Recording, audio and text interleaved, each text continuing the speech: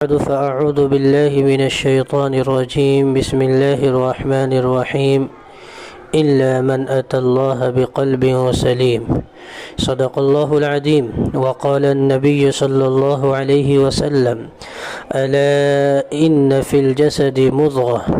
إذا صلحت صلح الجسد كله وإذا فسدت فسد الجسد كله ألا وهي القلب او كما قال علیہ الصلاۃ والسلام۔ محترم بزرگوں، نوجوان دوستوں اور عزیز ساتھیوں، اللہ تعالیٰ نے ہمیں اور آپ کو بہت سارے احکام دیے ہیں، اور وہ احکام ایسے ہیں جس کا تعلق ہمارے ظاہری جسم سے ہے۔ مثلا نماز ہے کہ جس کو کبھی آدمی ادا کرتا ہے تو کبھی قیام کی حالت میں ہوتا ہے، کبھی رکوع میں چلا جاتا ہے، کبھی سجدے میں چلا جاتا ہے، کبھی سلام پھیرتا ہے۔ یہ سارے حرکات، یہ ساری جو چیزیں ہیں وہ جسم کے ذریعے انجام پاتی ہیں۔ ایک مقررہ وقت تک بھوکے پیاسے رہتے ہیں، یہ بھی ایک جسمانی عبادت ہے۔ زکوٰۃ مالی عبادت ہے، ہاتھ کا دخل ہوتا ہے۔ حج جسمانی اور مالی عبادت ہے۔ تو یہ سارے کام جسم سے ادا کیے جاتے ہیں۔ تو اللہ تعالیٰ نے ہمیں اور آپ کو بہت سارے احکام ایسے دیے ہیں جس کا تعلق ہمارے ظاہری جسم سے ہے۔ اسی طرح اللہ تبارک و تعالیٰ نے بہت سے فرائض ہمارے دل سے رکھے ہیں جو دل سے متعلق ہیں۔ جیسے یہ حکم دیا کہ ہر انسان تواضع اختیار کرے۔ اب یہ تواضع جسم کا عمل ہے، اور یہ تواضع جو ہے یہ جسم کا عمل نہیں ہے بلکہ دل کا عمل ہے۔ اللہ تعالیٰ نے حکم دیا کہ یہ صفت اپنے دل میں پیدا کی جائے۔ یہاں ایک بات سمجھیں کہ بہت سے لوگ تواضع کا مطلب یہ سمجھتے ہیں کہ کوئی مہمان آ جائے تو خاطر تواضع کی جائے، کچھ کھلا دیا جائے، اسے کچھ پلا دیا جائے، تو اس کو تواضع سمجھتے ہیں، حالانکہ یہ تواضع نہیں ہے۔ بعض لوگ تواضع کا مطلب یہ سمجھتے ہیں کہ آدمی کی گردن ذرا جھکی ہوئی ہو، سینہ ذرا جھکا ہوا ہو، اور جھک جھک کر لوگوں سے ملاقات کرتا ہو، تو لوگ کہتے ہیں کہ یہ متواضع آدمی ہے، حالانکہ یہ بھی تواضع نہیں ہے۔ سمجھنے کی بات یہ ہے بزرگوں کہ تواضع کا تعلق جسم سے نہیں ہے بلکہ تواضع کا تعلق جو ہے یہ دل سے ہے، کہ انسان اپنے دل میں صحیح معنوں میں اپنے آپ کو بے حقیقت سمجھے کہ میری کوئی حیثیت نہیں، میری کوئی حقیقت نہیں، میری کوئی اللہ تبارک و تعالیٰ کی مخلوق میں میری کوئی بہت زیادہ بلند مقام، میرا کوئی بلند مرتبہ نہیں، میں تو ایک بے بس ہوں، بے کس ہوں، لاچار ہوں، مجبور بندہ ہوں اللہ کا۔ یہ کیفیت پیدا ہو جائے تو اس کو تواضع کہتے ہیں، اور اللہ تبارک و تعالیٰ نے اسی تواضع کا حکم دیا ہے۔ تو بہرحال یہ تواضع جو ہے یہ دل کا عمل ہے، یہ جسم کا عمل نہیں ہے۔ اسی طرح شکر ہے، یہ شکر بھی دل کا عمل ہے۔ اللہ تعالیٰ نے سب کو شکر کا حکم دیا ہے کہ جب کوئی نعمت تمہیں حاصل ہو تو اللہ جل شانہ کا شکر ادا کرو۔ اسی طرح صبر ہے کہ اللہ تبارک و تعالیٰ نے صبر کا حکم دیا ہے کہ اگر کوئی ناگوار بات پیش آ جائے تو سمجھو کہ اللہ جل شانہ کی طرف سے ہے، جو کچھ ہوا ہے اللہ تعالیٰ کی حکمت کی وجہ سے ہوا ہے، اس کی مشیت کے مطابق ہوا ہے، چاہے یہ مجھ کو کتنا ہی ناگوار ہو، لیکن اللہ تعالیٰ کی مصلحت اسی میں تھی۔ انسان پر ناگوار واقعے کے وقت، انسان ہر ناگوار واقعے کے وقت یہ سوچے اور اس کا احساس دل میں پیدا کرے تو اس کو صبر کہتے ہیں۔ تو میں عرض کر رہا ہوں کہ تواضع یہ بھی دل کا عمل ہے، شکر یہ بھی دل کا عمل ہے، صبر یہ بھی دل کا فعل ہے۔ اسی طرح اخلاص، اللہ تعالیٰ نے اخلاص کا حکم دیا کہ اپنے اندر اخلاص پیدا کرو، عبادتوں میں بھی اخلاص پیدا کرو، اور جو کام بھی کرو اللہ جل شانہ کی رضا اور خوشنودی کے واسطے کرو۔ یہ ہے اخلاص۔ اخلاص زبان سے کہنے سے حاصل نہیں ہوتا، یہ دل کی کیفیت ہے جس کو حاصل کرنے کا اللہ تبارک و تعالیٰ نے ہمیں حکم دیا ہے۔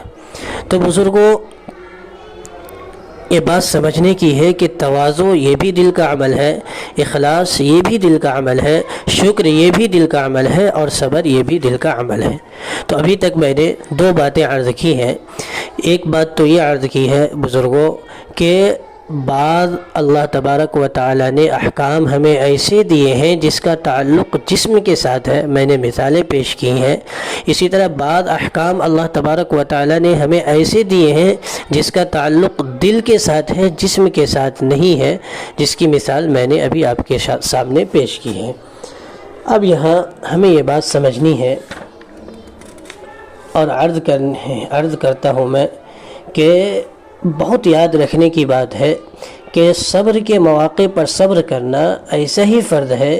جیسا کہ نماز کے وقت میں نماز پڑھنا فرض ہے۔ شکر کے موقع پر شکر ادا کرنا ایسی ہی فرض ہے جیسے رمضان المبارک کے مہینے میں روزہ رکھنا فرض ہے۔ ہر عمل میں اخلاص ایسا ہی فرض ہے جیسا کہ مالداروں پر حج فرض ہے اور زکوٰۃ فرض ہے، نماز کے اوقات میں نماز فرض ہے۔ اسی طرح ان مواقع پر ان امور کا دل کے اندر پیدا کرنا، صبر کے مواقع پر صبر کرنا، شکر کے مواقع پر شکر ادا کرنا، اور اسی طرح جتنے بھی دل کے اعمال ہیں ان اعمال کا اپنے دل کے اندر پیدا کرنا اور ان کیفیات کے حصول کے لیے کوششیں کرنا، یہ ہم سب کی ذمہ داری ہے۔ یہاں تک ایک بات ہوئی۔ اب اسی طرح سمجھیں کہ بہت سے کام جسمانی اعتبار سے گناہ قرار دیے گئے، مثلا جھوٹ بولنا، غیبت کرنا، رشوت لینا، ڈاکہ ڈالنا، اسی طرح سود کھانا، یہ سارے ایسے کام ہیں جو گناہ ہیں اور ہمارے ظاہری جسم سے متعلق ہیں۔ جھوٹ انسان منہ سے بولتا ہے، اسی طرح شراب منہ سے پیتا ہے، غیبت منہ سے کرتا ہے، رشوت ہاتھ سے لیتا ہے، سود ہاتھ سے لیتا ہے، ڈاکہ ہاتھ سے ڈالتا ہے۔ یہ تمام اعمال جو ہے گناہ کے ہیں اور ظاہری جسم سے متعلق ہیں۔ اب آگے سنیں، اسی طرح بہت سے دل کے کاموں کو بھی گناہ قرار دیا گیا ہے۔ مثلا تکبر ایک دل کی بیماری ہے جو ہاتھ پاؤں سے انجام نہیں دی جاتے، بلکہ یہ انسان کے دل کا ایک روگ ہے اور اللہ تعالیٰ نے اس کو حرام قرار دیا ہے، اور یہ اتنا ہی حرام ہے بزرگوں جتنا شراب پینا حرام ہے۔ ہم شراب کو کتنا خراب سمجھتے ہیں، لیکن ایسی ہی بیماری ہمارے اندر پائی جاتی ہے۔ شراب، ہم ابھی جمعہ کا دن ہے، ہم لوگ جمعہ کی مجلس میں بیٹھے ہوئے ہیں۔ اگر خدا نخواستہ کوئی آدمی شراب پی کر کے مسجد میں آ جائے تو ہمیں کتنا خراب لگے گا، ہم کتنا اس کو برا سمجھیں گے، اور ہم یہ سمجھیں گے کہ اسے ذرا بھی تمیز نہیں ہے کہ یہ شراب پی کر کے نشے کی حالت میں مسجد کے اندر آ رہا ہے۔ لیکن اللہ اکبر، ہم ذرا سوچیں، بات کہتے ہوئے ڈر بھی لگتا ہے کہ یہ تو اللہ تبارک و تعالیٰ کی ستاری ہے کہ ہم بچے ہوئے ہیں، ورنہ ہم سوچیں کہ کیا ہم سب تکبر کے مرض میں مبتلا نہیں ہیں؟ کوئی مال کے تکبر میں ہے، کوئی صلاحیت کے تکبر میں ہے، کوئی علم کے تکبر میں ہے، کوئی حسن کے تکبر میں ہے، کوئی اولاد کے تکبر میں ہے، یہاں تک کہ اللہ کی پناہ کوئی دینداری کے تکبر میں مبتلا ہے۔ تو میں عرض کر رہا ہوں بزرگوں کہ تکبر اتنا ہی حرام ہے جتنا شراب پینا حرام ہے، تکبر اتنا ہی حرام ہے جتنا زناکاری حرام ہے، تکبر اتنا ہی حرام ہے جتنا خنزیر کا کھانا حرام ہے، تکبر اتنا ہی حرام ہے جتنا رشوت لینا حرام ہے، تکبر اتنا ہی حرام ہے جتنا سود لینا حرام ہے، تکبر اتنا ہی حرام ہے بزرگوں جتنا ڈاکہ ڈالنا حرام ہے، گناہ کا کام ہے۔ فرق اتنا ہے کہ پہلی کی جو چیزیں ہیں، تکبر جو ہے اور رشوت جو ہے اور اسی طرح غیبت ہے اور اسی طرح سود ہے، ڈاکہ ہے، یہ تمام جسم کے ظاہری اعمال ہیں، جسم کے ظاہری حصے سے تعلق رکھتے ہیں، اور تکبر جو ہے یہ دل کی بیماری ہے، دل کا روگ ہے۔ اسی طرح حسد، یہ بھی ایک دل کی بیماری ہے، اور اس کو بھی اللہ تبارک و تعالیٰ نے ویسے ہی حرام قرار دیا ہے جیسا کہ سود کو حرام قرار دیا ہے، خنزیر شراب کو حرام قرار دیا ہے، بدکاری اور زناکاری کو حرام قرار دیا ہے۔ تو بزرگوں، میں جو بات عرض کرنے کی کوشش کر رہا ہوں، اللہ کرے میرے بزرگوں کہ یہ باتیں ہم سب کو سمجھ میں آئے۔ میں یہ بات عرض کرنے کا ابھی تک میں نے عرض کی ہے کہ جسم کے بعض اعمال اچھے ہیں جو جسم کے ظاہر سے تعلق رکھتے ہیں، اور بعض اعمال اچھے ہیں جو دل سے متعلق ہے۔ اسی طرح بعض برائیاں ایسی ہیں جو جسم کے ظاہری حصے سے متعلق ہے، اور بعض برائیاں ایسی ہیں جو دل سے متعلق ہیں۔ اسی لیے کچھ صفات پیدا کرنے کا حکم دیا گیا ہے، اور کچھ چیزوں سے، کچھ رذائل سے، کچھ برائیوں سے بچنے کا حکم دیا گیا ہے۔ جن صفات کو پیدا کرنے کا حکم ہے ان صفات کو پیدا کرنے کی کوشش کریں، اور جن صفات سے بچنے کا ہے، جن برائیوں سے بچنے کا حکم ہے، ان برائیوں سے بچنے کی کوشش اور مشق کرے۔ ہمارا دل جو ہو، ہمارا دل اخلاص سے بھرا ہوا ہو، ہمارے دل کے اندر تواضع ہو، ہمارے دل کے اندر صبر ہو، ہمارے دل کے اندر شکر ہو، اور ہمارے دل سے کینہ نکل جائے، ہمارے دل سے حسد نکل جائے، ہمارے دل سے بغض نکل جائے، ہمارے دل سے کسی کے لیے برا چاہنے کا جذبہ ہے وہ جذبہ نکل جائے، یعنی اچھے جذبات ہمارے دلوں کے اندر آئے اور برے جذبات ہمارے دلوں کے اندر سے نکل جائے، اس کے لیے مشق کریں۔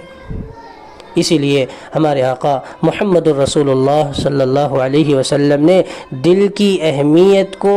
بتاتے ہوئے فرمایا، الا ان فی الجسد مضغہ اذا صلحت صلح الجسد کلہ واذا فسدت فسد الجسد کلہ الا وہی القلب،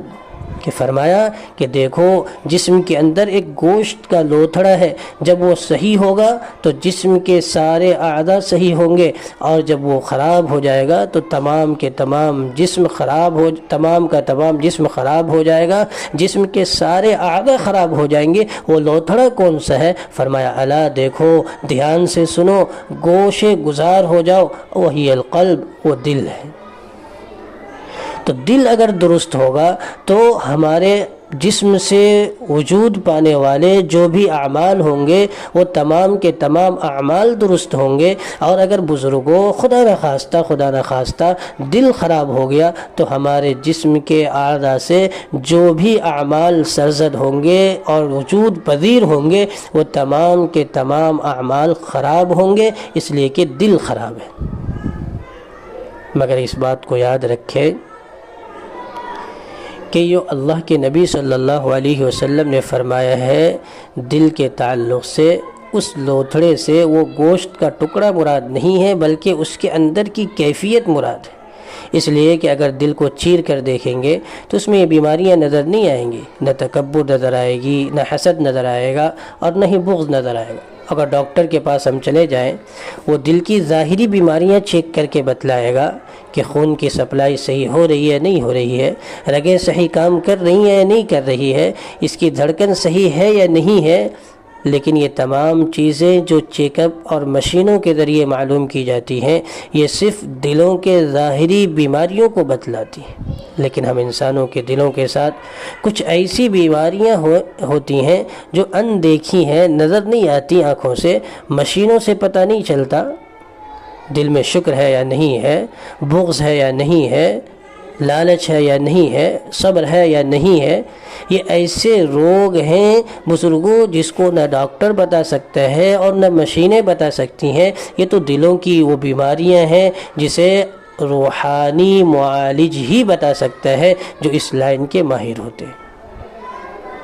تو بزرگوں، اس لیے اپنے دل کے اندر سے، ابھی رمضان المبارک کا مہینہ بالکل قریب آنے والا ہے، اپنے دل کے اندر سے کھرچ کر کے، دیکھ کر کے، خیال کر کے، بہت ہی دھیان کے ساتھ ان برائیوں کو نکالنے کی ابھی سے کوشش ہم شروع کر دیں۔ ہمارے دل کے اندر بغض نہ ہو، ہمارے دل کے اندر حسد نہ ہو، ہمارے دل کے اندر کینہ نہ ہو، ہمارے دل کے اندر لالچ نہ ہو، بلکہ ہمارے دل کے اندر اخلاص ہو، ہمارے دل کے اندر تواضع ہو، ہمارے دل کے اندر صبر ہو، ہمارے دل کے اندر شکر ہو، ہمارے دل کے اندر دوسروں کے لیے احترام ہو، دوسروں کے لیے خیر خواہی کا جذبہ ہو۔ واللہ بزرگوں، اگر ان برائیوں کو پہلے میں نے عرض کی نکال دی اور ان اچھائیوں کو جو میں نے ابھی عرض کیا ان اچھائیوں کو اپنے دلوں کے اندر لے آئے تو واللہ ہمارا دل صحیح معنوں میں دل ہو جائے گا۔ اور اس بات کا مطالبہ کیا گیا کہ ہمارا دل صحیح معنوں میں دل بنے۔ اگر دل صحیح معنوں میں دل بنے گا تو انشاءاللہ دنیا کے اندر سے جتنے فسادات ہمیں نظر آ رہے ہیں وہ ختم ہوں گے۔ لیکن دل بنے تب یہ بات آ کر کے پیدا ہوگی۔ جس طرح بزرگوں ظاہری زندگی کے لیے دل کا تندرست اور صحت مند ہونا ضروری ہے، کام کرنا ضروری ہے، اسی طرح ہماری روحانی اور ایمانی زندگی کے لیے دل کا صحیح ہونا ضروری ہے، اس کے جذبات کا اور اس کے ارادے کا صحیح ہونا ضروری ہے۔ اگر دل کے جذبات صحیح ہوئے اور دل کے ارادے صحیح ہوئے تو انشاءاللہ جتنے بھی کام ہمارے جسم سے، ہمارے اعضاء سے اور جسم کے جس عضو سے انجام دیے جائیں گے، رب العالمین ہمارے اس کام کو قبول فرمائیں گے، اس پر اجر عطا فرمائیں گے، وہ کام صحیح ہوں گے۔ اللہ تعالیٰ نے دل کو ایسا انوکھا بنایا ہے کہ آدمی دنیا میں آتا بعد میں ہے اور دل پہلے سے کام کرنا شروع کر دیتا ہے، اور جب تک یہ رہتا ہے مسلسل کام کرتا رہتا ہے۔ ہم لوگ دیکھیے جمعہ کے دن مسجد میں آئے ہیں، سینکڑوں کی تعداد میں لوگ موجود ہیں، دیگر تمام اعضاء کو آرام ملتا ہے، ابھی ہمارے پاؤں کو آرام ہے، ہاتھ کو آرام ہے، اور بعض دفعہ آنکھوں کو آرام مل جاتا ہے، کانوں کو آرام مل جاتا ہے، دماغ کو آرام مل جاتا ہے، تمام جسم کے اعضاء کو آرام ملتا ہے، لیکن دل جو ہے یہ ہمیشہ دھڑکتا رہتا ہے، اپنا کام کرتا رہتا ہے۔ انسان کی پیدائش سے پہلے ہی دل کا کام کرنا شروع ہو جاتا ہے، اور انسان کا دل اس وقت تک کام کرتا رہتا ہے جب تک اس کی زندگی اللہ تبارک و تعالیٰ کی یہاں مقدر ہوتی ہے۔ جب دل کام کرنا بند کرتا ہے اس کی زندگی ختم ہو جاتی ہے۔ تو ایک انوکھی چیز ہے جو اللہ تبارک و تعالیٰ نے ہم سب کو عطا فرمائی، اسی لیے کہا گیا ہے کہ یہ دل رئیس الاعضاء ہے، رئیس الاعضاء ہے، اعضاء کے سردار ہے، اس پر ڈائریکٹ اللہ تعالیٰ کی نگاہ پڑتی ہے۔ اللہ کے نبی صلی اللہ علیہ وسلم نے فرمایا ان اللہ لا ينظر الى صورکم واموالکم ولكن ينظر الى قلوبکم واعمالکم، کہ اللہ تمہارے صورتوں کی طرف، تمہاری صورتوں کی طرف اور تمہارے مال کی طرف نہیں دیکھتے، بلکہ اللہ تبارک و تعالیٰ تو تمہارے دلوں کی طرف دیکھتے ہیں اور تمہارے اعمال کی طرف دیکھتے ہیں۔ تو دل پر اللہ کی ڈائریکٹ نظر پڑتی ہے، اس پر خدا تعالیٰ کی تجلیات اترتی ہے، اور انسان کے دل تو وہ ہے کہ جس پر اللہ تعالیٰ کی وحی نازل ہوتی ہے۔ فرمایا گیا اِنَّا عَرَضْنَا الْأَمَانَةَ عَلَى السَّمَاوَاتِ وَالْأَرْضِ وَالْجِبَالِ فَأَبَيْنَ أَن يَحْمِلْنَهَا وَأَشْفَقْنَ مِنْهَا وَحَمَلَهَا الْإِنسَانُ، کہ ہم نے اس امانت کو آسمان اور زمین پر ڈالنا چاہا۔ اِنَّا عَرَضْنَا الْأَمَانَةَ عَلَى السَّمَاوَاتِ وَالْأَرْضِ وَالْجِبَالِ فَأَبَيْنَ أَن يَحْمِلْنَهَا، تو پہاڑ نے بھی، زمین نے بھی، آسمان نے بھی انکار کر دیا، لیکن انسان نے اس کو اٹھا لیا۔ تو دل اس قدر اہم ہے۔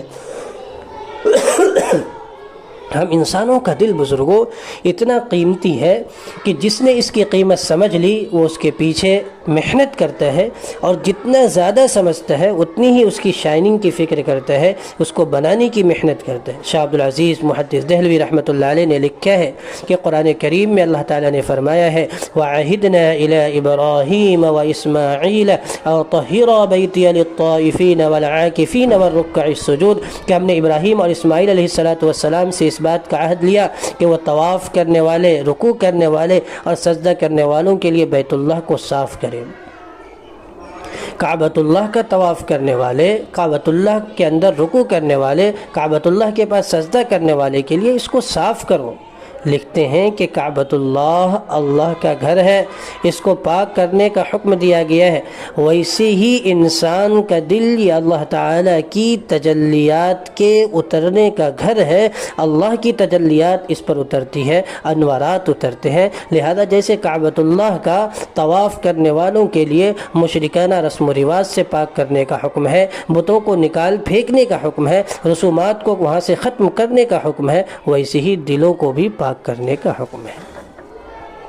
اس دل میں اللہ تعالیٰ کے انوار، صحیح توفیق، اچھائی اور برائی کے درمیان فرق کرنے کی طاقت بزرگوں اسی وقت آئے گی جب انسان اپنے دل کو ہر برائی سے پاک صاف کر لے گا۔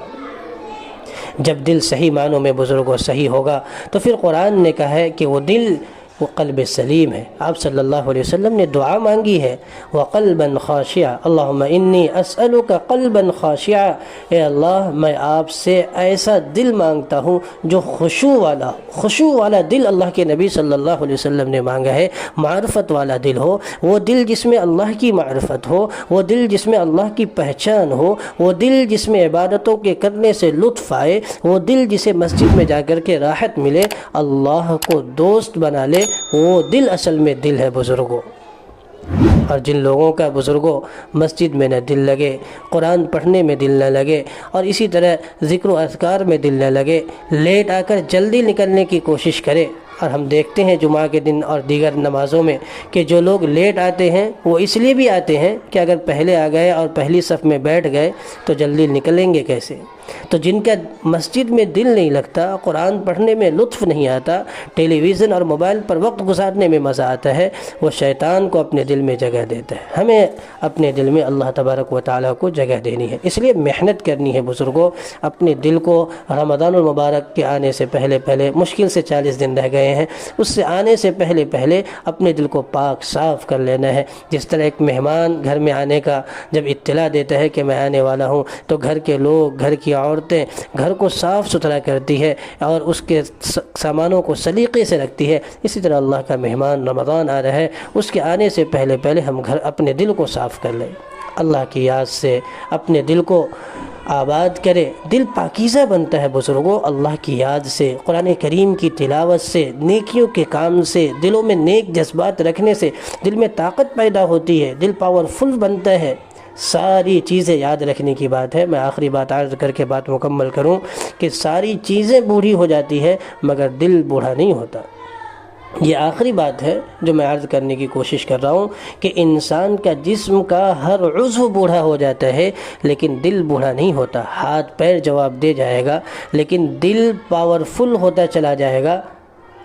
کب؟ جب ہم جوانی میں محنت کیے ہوں گے، اپنے دل کو صحیح معنوں میں دل بنایا ہوگا۔ ہم نے بڑے لوگوں کو دیکھا، بڑے لوگوں کے بارے میں پڑھا سنا ہے، آپ نے بھی پڑھا ہوگا، آپ نے بھی دیکھا ہوگا، آپ نے بھی سنا ہوگا کہ 90 سال کے ہیں، اعضاء کمزور ہو گئے، انہیں ویل چیئر پہ لایا گیا ہے، انہیں اٹھا کر کے لایا گیا ہے، لیکن جیسے ان کو بیٹھا دیا گیا اور ان کو بات کروائی گئی تو 1 گھنٹے 2 گھنٹے اللہ اور اس کے رسول صلی اللہ علیہ وسلم کی باتیں وہ بے دھڑک کرتے ہیں، بغیر تکلیف کے کرتے ہیں کہ آدمی حیران رہ جاتا ہے کہ یہ آدمی جس کے جسم میں جان نہیں ہے، جنہیں اٹھا کر کے لایا گیا ہے، وہ کس طرح اس قدر